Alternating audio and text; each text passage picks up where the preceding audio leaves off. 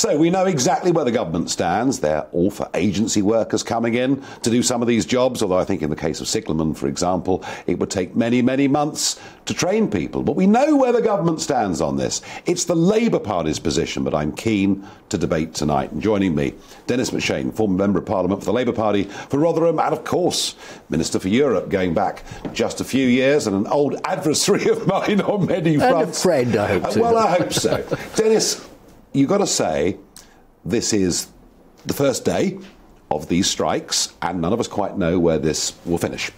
We know, along with the rail unions, we've got postal workers, we've got many others, and, you know, we're old enough to remember the 70s, high rates of inflation, people seeing their living standards slip, and they're desperate not to fall backwards, and it's a very natural, normal, human emotion, which is almost why I think the Snap Opinion polls show a bit more support for the rail unions than perhaps many would have thought.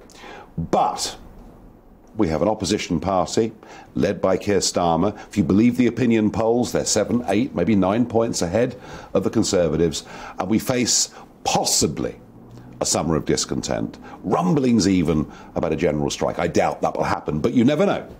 You know, Mick Lynch has sort of hinted he'd quite like to see one.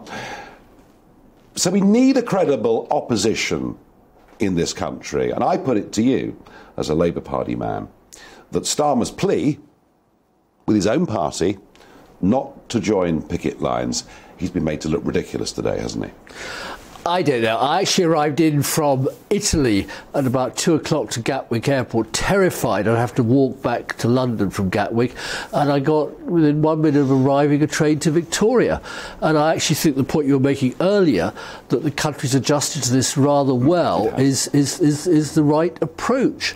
And that makes so much sense, because the paradox of this strike is that it's a pure Margaret Thatcher strike, in the sense that she passed a law saying you couldn't go on strike without a secret ballot and a majority. Well, 9 out of 10 RMT members voted in a ballot with a higher participation than it was that got Boris Johnson into power in 2013. Dennis, I get it. I get it. And I think, I mean, when I was an MP, the people who talked about railway problems all the time were Tory MPs from Shire counties complaining that the ticket office was going to be closed, or it wasn't open on a Sundays, or there wasn't enough staff. And of course, all of those demands from Tory MPs in isolated, more rural bits of Britain costs money.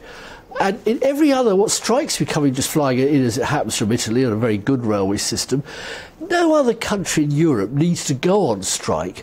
We have the worst transport minister in British and in European history. We can argue that. Listen, you can argue that. Nick so Lynch can argue that. No, but that's very important. But the point is, it's all well and good to criticise, and we could criticise the price of railways and many other things that we could criticise, and I would perhaps agree with you on some of those things. But the question I'm asking is, how is the leader of the Labour Party credible when he threatens potential disciplinary action, and the leader of Scottish Labour, amongst others, goes and joins the RMT picket line? Where is Her Majesty's loyal opposition on this important national issue? People in the Labour Party are quite emotional about railway workers. I mean, they're a bit like miners in the old days, and railway workers always have a hold. I mean, the RMT actually left the Labour Party, disaffiliated from the Labour Party, stopped giving any money to the Labour Party, supported you, Nigel. They were the biggest union to back Brexit. Yes, there we are. But now they're funding. They're funding Labour MPs. Dennis, we can talk about the railways, we can talk about the government, we can talk about the RMT and its history, its colourful history. You know, Bob Crow, the predecessor, was very colourful as well. We can talk about all that. Where is the Labour? What is the Labour Party's policy? The Labour Party is... What is it? It is simply to say, here we have Britain's biggest combined transport problem in decades. We can't fly. Going out to Italy last week, it was a nightmare. We're held up. My daughter had a very important family reunion flight cancelled because SHAPS will not intervene.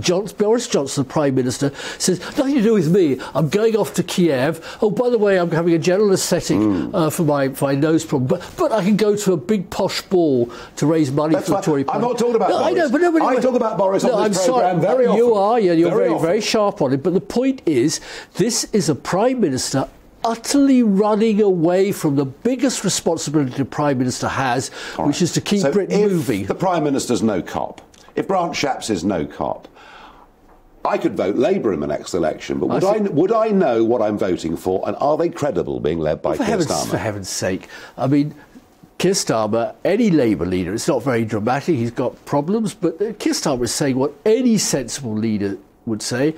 I can't force these fat cats paid huge salaries who run the railways to go and actually talk to the unions, find some compromises, take it. There used to be ACAS. Find some compromises, see how they managed to do it in Germany and other countries without having to go on strike. When you've got this, a Prime Minister who only wants to divide the country, wants to bring back, he thinks, the glory days of Margaret Thatcher, we're stuck, Nigel. Well, OK, Denis MacShane, but I still don't think it's that clear where the Labour Party stands.